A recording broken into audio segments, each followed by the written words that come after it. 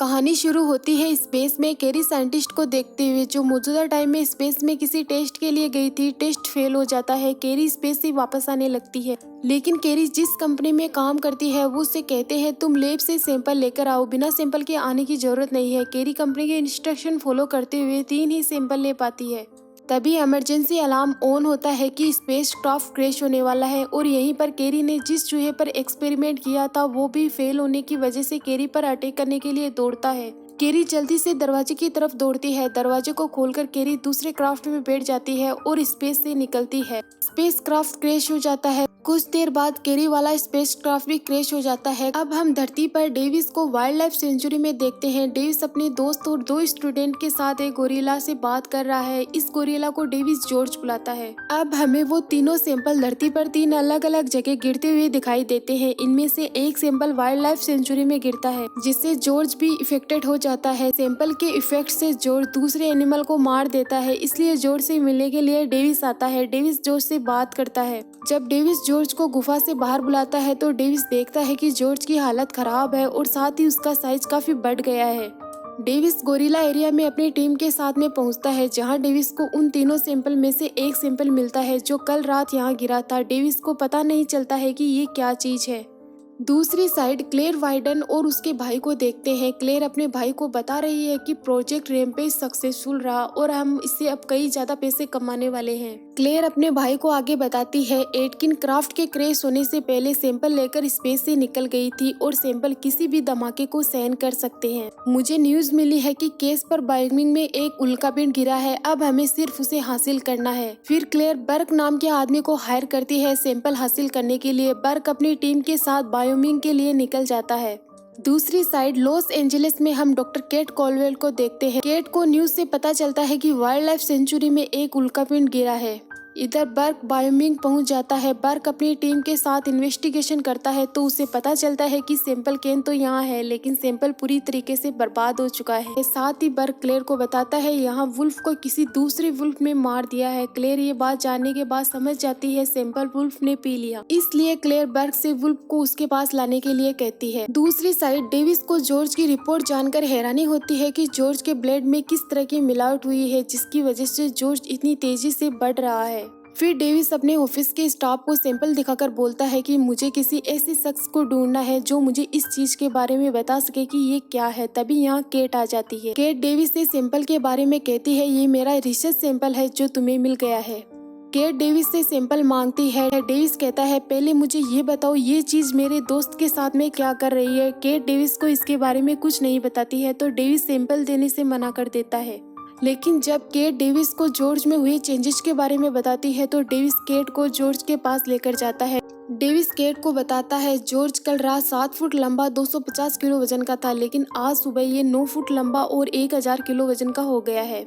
Cat कहती है ये इस तरह बढ़ रहा है, इसके पीछे क्रिस्पर है। तुमने क्रिस्पर के बारे में सुना है? ये एक जेनेटिक एडिटिंग होती है जिसके नतीजे काफी खतरनाक होते हैं। जेनेटिक एडिटिंग से कई अलग अलग तरह के जीवों के स्पेशल कैरेक्टर को निकालकर किसी एक जीव में ट्रांसफर किया जाता है। इतने में भूख से परेशान जॉर्ज पिंजरे से बाहर निकल जाता है। जॉर्ज यहाँ से निकलकर बाहर लोगों में पहुँच जाता है और तोड़फोड़ करने लग जाता है। डेविस जॉर्ज के पास जाकर उसे शांत कर लेता है। यहाँ पुलिस भी आ जाती है। डेविस पुलिस से कहता है मैं एक जूलॉजिस्ट हूँ और इस गोरिल्ला को ट्रेन करता हूँ, मैं सब कुछ संभाल लूंगा। लेकिन हेलीकॉप्टर में एक टीम आती है जो जॉर्ज पर इंजेक्शन फायर करती है, जिससे जॉर्ज बेहोश हो जाता है। इधर क्लेयर के कहने पर बर्क वुल्फ का शिकार कर रहा है। बर्क क्लेयर के कांटेक्ट में है। बर्क और उसकी टीम वुल्फ को तो नहीं मार पाते हैं, लेकिन वुल्फ बर्क की टीम को खत्म कर देती है। बर्क अपनी हेल्प के लिए दूसरा हेलीकॉप्टर बुलवाता है और वुल्फ से बचकर भागता है, लेकिन जब वुल्फ पर फायरिंग की जाती है तो वुल्फ हेलीकॉप्टर पर अटैक करती है, जिससे हेलीकॉप्टर क्रैश हो जाता है। फिर बर्क को भी वुल्फ खा जाती है।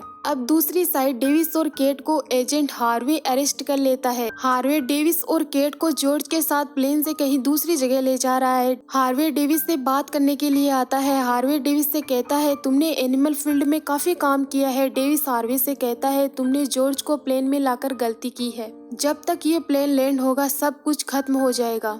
यहीं पर हार्वे डेविस को 30 फुट लंबे वुल्फ के बारे में बताता है जो इस वक्त जंगल में घूम रहा है और तबाही मचा रहा है। डेविस हार्वे से कहता है जॉर्ज का इलाज केट कर सकती है, ये एनर्जिन के लिए काम करती है। हार्वे कहता है केट पहले एनर्जिन के लिए काम करती थी, लेकिन जब ये लैब से हार्ड ड्राइव चोरी करते हुए पकड़ी गई तो केट ने डेविस को सब सच नहीं बताया था। इधर क्लेयर को उसका भाई बताता है कि कल रात कुछ कमांडर्स ने गोरिल्ला को अपने कब्जे में लिया है और उसके साथ में केट भी थी। क्लेयर कहती है वो हमारे खिलाफ सबूत इकट्ठा कर रही है क्योंकि हमने उसके भाई को मारा और उसे जेल में डाला था। क्लेयर आगे अपने भाई को R19 के बारे में बताती है। क्लेयर बताती है R19 के जरिए किसी भी एनिमल का R19 के छोटे डोज से बढ़ना और गुस्सा करना कम किया जा सकता है। मैंने उन्हें यहाँ लाने के लिए उनके DNA में ऐसे चेंजेस किए हैं जिससे वो यहाँ खींचे चले आएंगे। अब बस हमें उन्हें बुलाने के लिए सिग्नल ऑन करना होगा। क्लेयर सिग्नल ऑन कर देती है। सिग्नल ऑन करते ही पानी में एक मगरमच्छ जिस पर तीसरे सैंपल का असर हुआ है वो भी सिग्नल की तरफ आने लगता है। प्लेन में जॉर्ज भी सिग्नल की वजह से अग्रेसिव होकर पिंजरे को तोड़ देता है। आर्मी ऑफिसर जॉर्ज पर फायरिंग करते हैं लेकिन जॉर्ज नहीं रुकता है। डेविस जॉर्ज को इंजेक्शन लगाने की कोशिश करता है लेकिन नहीं लगा पाता है। प्लेन क्रैश होकर नीचे गिरने लगती है। डेविस खुद को और केट को बचाने की कोशिश करता है। जॉर्ज बुरी तरीके से घायल हो जाता है। डेविस केट को प्लेन से बाहर निकाल देता है, फिर हार्वे को लेकर खुद भी प्लेन से बाहर कूद जाता है। डेविस केट और हार्वे तीनों बच जाते हैं। प्लेन क्रैश हो जाती है। फिर डेविस और केट जॉर्ज की बॉडी को ढूंढते हैं लेकिन उन्हें जॉर्ज की बॉडी नहीं मिलती है। डेविस केट से कहता है जॉर्ज घायल है लेकिन जिंदा है। हार्वे डेविस को उसकी जान बचाने के लिए थैंक्स कहता है। इधर क्लेयर का भाई उसे बताता है गोरिल्ला प्लेन क्रैश में बच गया है। क्लेयर कहती है मुझे उसकी टेंशन नहीं है, वो तो सिग्नल के जरिए यहाँ तक आ जाएगा, लेकिन केट बच गई है। तभी यहाँ FBI टीम आ जाती है एनर्जिन की जांच करने के लिए। क्लेयर FBI के साथ में कोऑपरेट करती है। FBI अपनी जांच स्टार्ट कर देती है। दूसरी साइड हार्वे अपनी टीम को मैसेज भेजता है कि वो यहाँ फंसे हैं। डेविस केट को बताता है कि उसे जॉर्ज शिकारी की गाड़ी के नीचे छुपा हुआ मिला था। शिकारी उसकी माँ के टुकड़े टुकड़े कर रहे थे।